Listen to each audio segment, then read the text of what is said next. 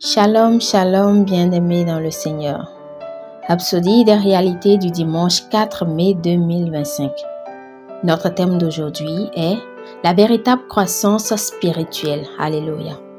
Pasteur Christ partage avec nous sur ce verset, Éphésiens 4, verset 13. Jusqu'à ce que nous soyons tous parvenus à l'unité de la foi et de la connaissance du Fils de Dieu, à l'état d'homme fait, à la mesure de la stature parfaite de Christ. Gloire à Dieu. Chacun de nous est venu au monde grâce à quelqu'un, n'est-ce pas? Vous êtes venu au monde en tant que bébé, mais dès votre naissance, vous étiez entièrement humain. Cependant, vous avez dû grandir pour devenir adulte. Vous n'avez pas grandi pour devenir plus humain, mais pour devenir mature. Et en grandissant, vous avez acquis de la sagesse, de la compréhension et la capacité de faire les choses que font les êtres humains mieux que lorsqu'ils sont enfants. C'est la même chose spirituellement. Lorsque vous êtes né de nouveau, vous êtes né avec la nature de Dieu. Vous n'êtes pas devenu plus semblable à Dieu au fil du temps. Vous êtes né à son image et à sa ressemblance. Vous êtes né pour lui ressembler et fonctionner comme lui dès le moment de votre naissance spirituelle.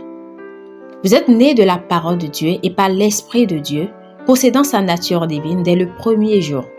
Mais ensuite, vous devez grandir jusqu'à la maturité spirituelle. Alléluia. La croissance spirituelle vous permet de manifester la plénitude du type de vie de Dieu en vous. Plus vous êtes mature spirituellement, plus vous pouvez accomplir efficacement le plan de Dieu pour votre vie et opérer dans sa puissance. C'est pourquoi, parfois, certains chrétiens ne voient pas les résultats qu'ils désirent malgré leurs efforts. Certaines responsabilités et manifestations spirituelles requièrent une croissance soutenue. Alléluia. Certaines choses peuvent se produire aléatoirement, mais elles peuvent ne pas durer car elles nécessitent votre maturité spirituelle pour les rendre permanentes. C'est la raison pour laquelle nous sommes exhortés à croître dans la grâce et dans la connaissance de notre Seigneur et Sauveur Jésus-Christ. 2 Pierre 3, verset 18. Éphésiens 4, verset 15 nous donne l'instruction de croître à tous égards en celui qui est le chef, Christ. En vous nourrissant de la parole et en grandissant spirituellement, vous marcherez dans la plénitude du dessein de Dieu pour votre vie et produirez des résultats durables dans le royaume. Ainsi, grandissez dans la parole et la connaissance de Dieu et soyez diligents dans la prière et la communion avec l'Esprit. 1 Pierre 2, verset 2 dit « Désirez comme des enfants nouveau-nés le lait spirituel et pur, afin que par lui vous croissiez pour le salut. » Gloire à Dieu. Pour grandir spirituellement et mûrir dans la parole, vous ne devez pas seulement l'étudier, mais aussi faire ce qu'elle dit.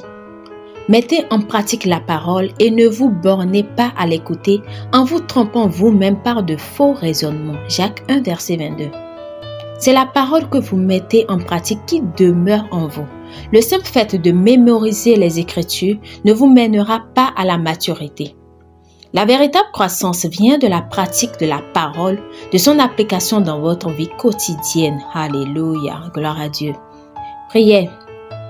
Cher Père, merci de m'avoir donné ta nature divine lors de ma nouvelle naissance. Je m'engage à grandir dans la connaissance de ta parole et à marcher selon l'Esprit tous les jours.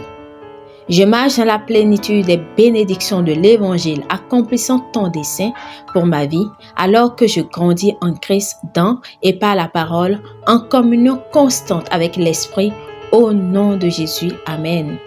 Pour une étude approfondie, nous lisons Hébreux 5, versets 12 à 14, Éphésiens 4, versets 11 à 16. Pour grandir spirituellement, il faut d'abord que vous puissiez naître de nouveau, né spirituellement. Alors nous vous invitons à faire de Jésus-Christ le Seigneur de votre vie, en priant ainsi de tout votre cœur et de manière à vous entendre. Prions. Ô Seigneur Dieu, je crois de tout mon cœur en Jésus-Christ, Fils du Dieu vivant. Je crois qu'il est mort pour moi et Dieu l'a ressuscité des morts. Je crois qu'il est vivant aujourd'hui. Je confesse de ma bouche que Jésus-Christ est le Seigneur de ma vie à partir d'aujourd'hui. Par lui et en son nom, j'ai la vie éternelle. Je suis né de nouveau. Merci Seigneur d'avoir sauvé mon âme. Je suis désormais un enfant de Dieu. Alléluia. Vous pouvez lire Romains 10, versets 9 à 10.